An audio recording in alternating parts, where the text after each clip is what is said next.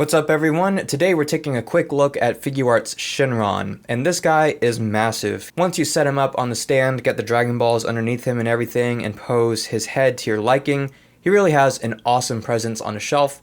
He feels huge even though he's technically not as big as I think he would be next to the other Figuarts figures. Nonetheless, he has a great presence, he looks great, and the special edition coloring is really reflective and nice and makes him pop on the shelf. He certainly feels very premium from afar. When you get close to him, the details are really awesome. All of the little scales, the very thin, fine whiskers on his face there, the nice head sculpt, it's all beautiful. I will say that while he's very impressive visually and has a great presence about him, this figure is probably not for someone who wants a really posable action figure type dragon. He mainly is meant to sit on the stand, not move much. I'll go over his posability, which is mainly just in his neck and little arms. But yeah, he's mainly meant to sit on the stand. The stand, as you can see, does a lot to support him. We've got two things on the side here. The rings here on each side can move up and down these little arms. So if you want to try to reconfigure him a little bit just to get a little bit of a different shape, there is a little bit of room to do that. However, getting him to pose and stand without the stand whatsoever is quite difficult. I have managed to get him to look okay without the middle pillar here, but like I said, it's very difficult and he's not going to appear as tall or imposing without this middle pillar. So with all that said, let's take a dive in and look at the posability.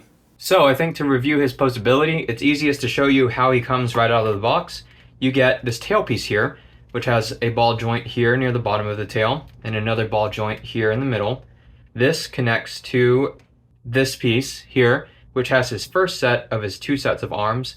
It has a ball joint in the middle, and then we have the arms, which have a butterfly joint there where they connect to the body and on a ball joint, a hinge joint at the shoulder, a full 360 bicep swivel, double jointed elbows, and the standard SH Figuarts wrist swivel piece there.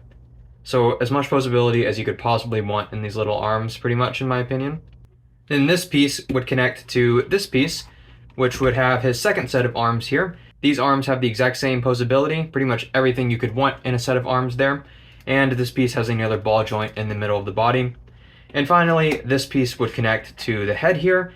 And this is where a lot of the posability is. So you have tons of ball joints here. You've got one at the base, 2, 3, 4, 5, 6, 7, 8 ball joints there at the neck. You can get lots of shapes like this one, more inwards C shape, can make him look left or right pretty effectively. And of course you get his signature opening mouth there, which is awesome for stop motions or something like that, so you can emulate the way he talks in the show. You get a nice tongue detail in there, a nice red painted tongue with a darker red at the bottom and top of his mouth, some pearly white teeth, nice red eyes. His horns have that nice reflective bronze. His horns are soft, and his hair here on the side is soft. You connect these whiskers there to the side of his face. Each one of these whiskers is also pretty soft, so if you drop him or something like that, they probably won't break.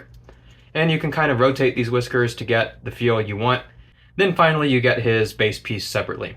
His base piece here is just an effects piece. There's nothing on the bottom or top that connects to anything. It just sits on the base, and his tail just sits in the middle of the Dragon Balls. You can, however, remove the Dragon Balls if you feel like it. Unfortunately, they don't have star details or anything on them like that.